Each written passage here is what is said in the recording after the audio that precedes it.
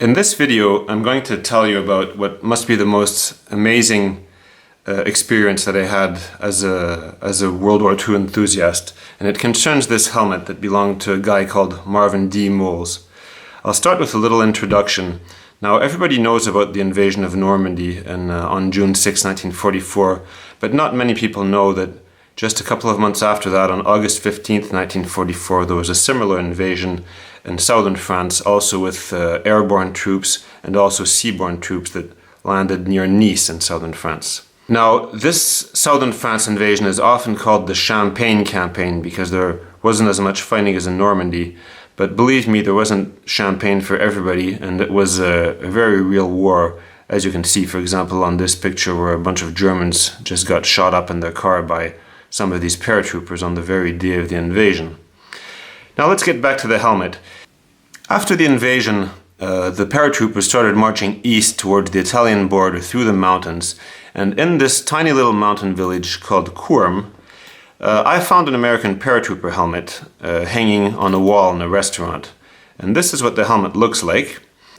And you can see what's peculiar with this helmet is that it has this green and gray camouflage paint all over it.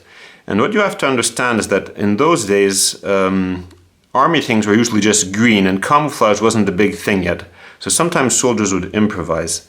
And that's exactly what the 517th Parachute Infantry Regiment did just before they jumped into southern France. So the 517th was one of the units that was involved in southern France. And just before they jumped, when they were still in Italy, before getting in the planes, army engineers came to see the paratroopers with spray paint guns, and they just spray painted the guys basically from head to toe with their clothes on. And this is what the result looks like. A bunch of paratroopers with camouflaged helmets, uniforms, everything. This is another example showing what they looked like. So what this tells us is that the helmet that I found in the restaurant with that camouflage paint belonged to one of the paratroopers that jumped into southern France. And then there's another interesting thing. This is what a standard World War II American paratrooper helmet looked like. You can see it has this big leather chin strap so that the helmet wouldn't risk falling off a soldier's head or being ripped off a soldier's head from the slipstream when he jumped out of the airplane. And the 517th Parachute Infantry Regiment, see, they apparently didn't have enough of these official paratrooper helmets. So what they did was they improvised their very own paratrooper helmet with their very own model of chin strap. That's what you can see here. See, it's not the big piece of leather, but just an improvised chin strap made with bits of cloth that they found somewhere. And here you can see the chin strap from the side. So you can see that this was actually sewed on by hand, and these buckles were added by hand, and then this chin strap was added by hand. And so this is something that of the whole US Army, only the 517th Parachute Infantry Regiment did. So now we know that the helmet that I found in that restaurant belonged to a paratrooper of the southern France invasion, and it belonged to a paratrooper of the 517th Parachute Infantry. And of course you can guess that that's the unit that had liberated that little village called Courm where I found the helmet. So everything made sense and matched. Here you can see a paratrooper of the 517th with this modified version of the chin strap, you can see here. Here there's another picture of the guys in the plane of the 517th on the way to France, and if you look carefully, here, for example, on the bench, you can see that it has this improvised chin strap as well, not the normal thing. And this is a picture taken just before the guys jumped out of the planes. And once again, you can see the improvised chin straps. You can see that the guys aren't laughing anymore. They're pretty stressed out because they're just about to jump out. And actually, this second guy in line here, his name was Albert J. Ernst from Bronx, New York. And he was killed the very next day after this picture was taken. So that's the last picture of him ever taken alive. Now let's look at this helmet again with its camouflage paint. And you probably can't see it here on the screen, but if you look very closely, there's actually something carved in the paint on the side, and I highlighted it so that you can read it. What it says is, in French, souvenir du 24 août 1944, so souvenir of August 24th, 1944.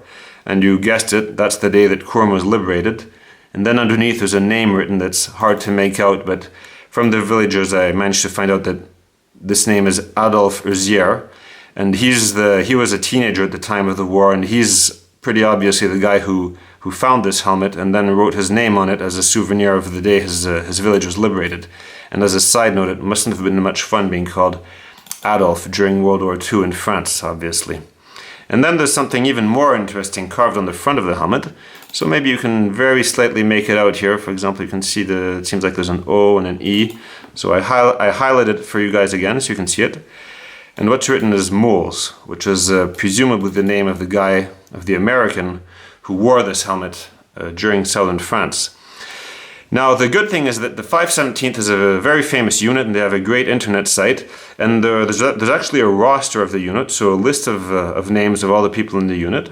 So I went through all these names, and of course the guy I was looking for was on the very last page, but that didn't matter. I was still happy to find him.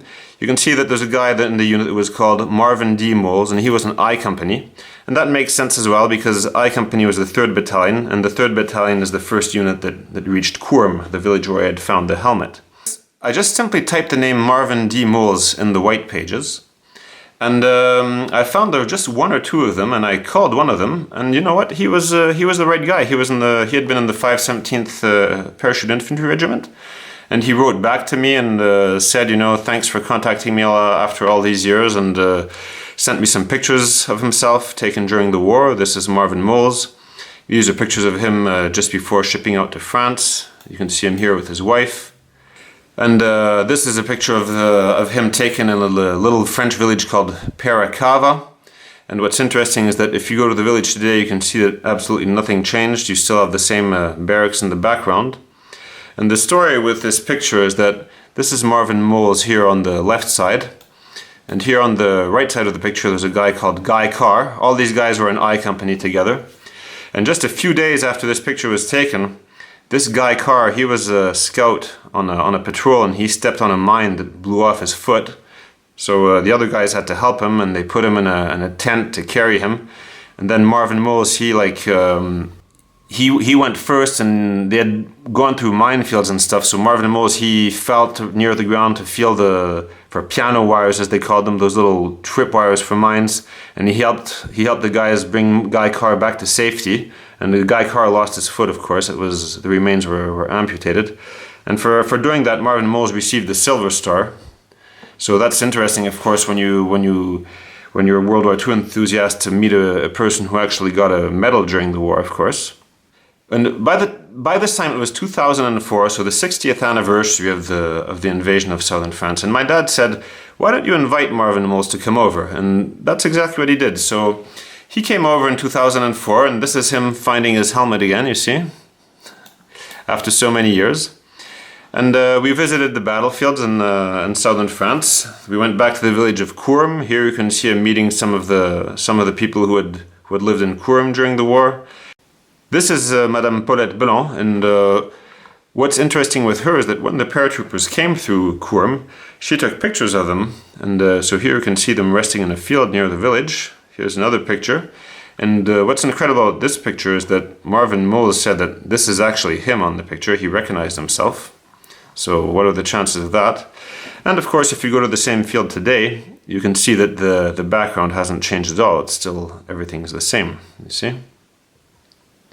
And then there was another picture taken near Courm, at the Cascade de Courm it's called. This was taken during the war by an American, and here you can see the same place today. It's like this mountain torrent that falls off a high cliff.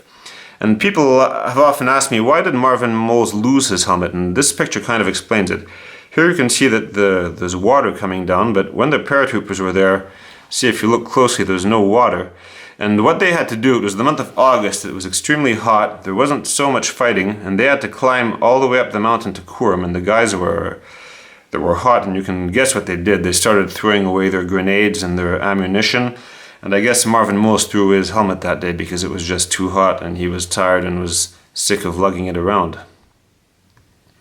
So after all this happened, Marvin Moles got back into touch with other veterans of the 517th. He hadn't been in touch with them at all since the war, but I told him that an association existed, so he went to their reunions, and this is him meeting up with other guys from I Company.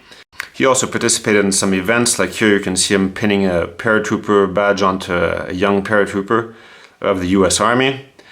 And I decided to interview Marvin Moles, so I recorded all the conversations we had and pretty much reconstructed all his story in southern France, and I included that in the book that I later wrote. So if you're interested in this whole story, it can be found in this book. And after southern France, Marvin Moles went to the Battle of the Bulge. In the Battle of the Bulge, an American Thunderbolt airplane dropped a bomb, and it landed too close to the Americans, and it landed right beside Marvin Moles' foxhole.